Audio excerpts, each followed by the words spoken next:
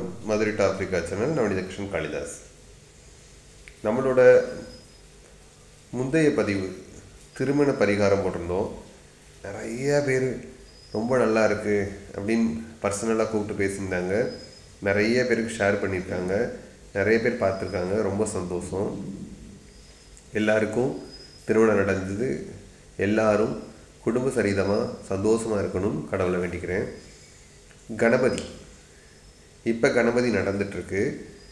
So அந்த பிள்ளையார் சதுர்த்தி நம்ம எப்படி கொண்டாடுறது அப்படின்னு பார்க்கலாம். எனக்கெல்லாம் பெரிய கணபதி மந்திரமெல்லாம் தெரியாது.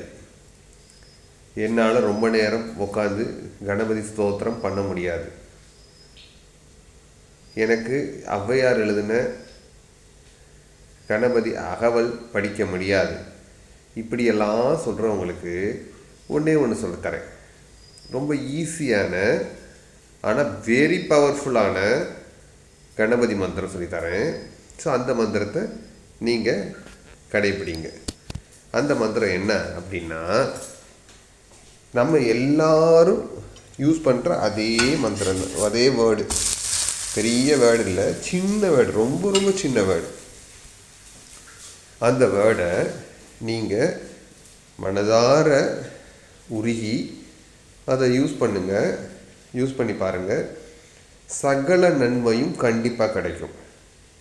கணபதியை கும்பிடும்போது கையை மட்டும் இப்படி வச்சுக்கோங்க. வெறும் கையை வச்சுக்கிட்டா போதும். கணபதி கும்பிடும்போது இப்படி வச்சுக்கோங்க. எதனால் நான் சுண்டல் வச்சாதான் கணபதி வருவார், பொரி வச்சாதான் வருவார் அப்படின்னு இல்லை. எந்த கடவுளும் அப்படி கூப்பிடலை, சொல்லவும் இல்லை. கணபதி ஒரு சாணத்தை பிடிச்சி வச்சாலும் வருவார், மஞ்சளை பிடித்து வச்சாலும் வருவார், சர்க்கரையில் வச்சாலும் வருவார், உப்பை பிடிச்சி வச்சாலும் வருவார். சரிங்களா? இதெல்லாம் கணபதி தான். தங்கத்தில் செய்யலாம், வெள்ளியில் செய்யலாம், நீங்கள் செம்பில் செய்யலாம், பவளத்தில் செய்யலாம். ஒவ்வொரு ராசிக்கு தகுந்தாப்புலையும் நம்ம வச்சுக்கலாம். இப்போ அந்த கணபதி மந்திரத்தை சொல்கிறேன். ஓம் கம் கணபதயே நமஹ. ஓம் கம் கணபதயே நமஹ. ஓம் கம் கணபதயே நமஹ. இதை மட்டும் சொல்லுங்கள். என்னடா இவ்வளோ சின்ன மந்திரத்தை சொல்லிட்டேன்னு சொல்லாதீங்க. இதுதான் மூல மந்திரம்.